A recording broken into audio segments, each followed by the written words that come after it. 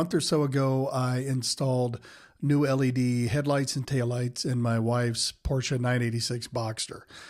They worked perfectly. Tested everything out by using the hazards, and everything was fine.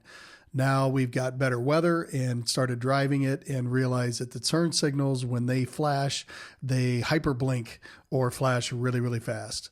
The supplier of the lights connected me with somebody who sells relays on eBays that are made for the LED lights.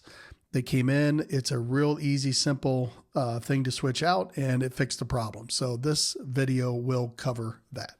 So finding the relay for the turn signals on the 986. I'm in the driver's footwell by the pedals. Your fuse box you'll see immediately on your left as you open the door, and kind of behind and up from that is this whole relay panel. And you can find diagrams online, but another way to do it is just turn the turn signal on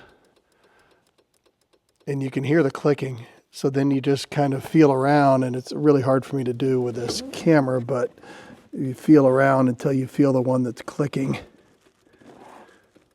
It's not that one, but this one right here in the middle on the top row is clicking. And so I know that that's the one. So if I can pull it out, yep, pulled it out. It has number 191 on it. And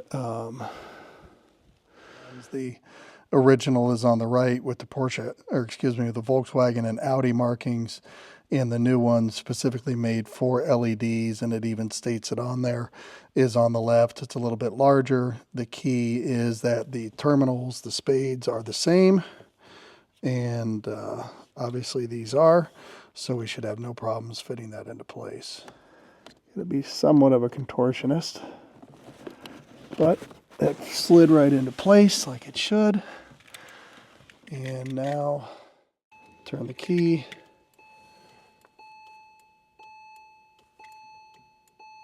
And we now have turn signals that are flashing the way they're intended to flash, which is very good.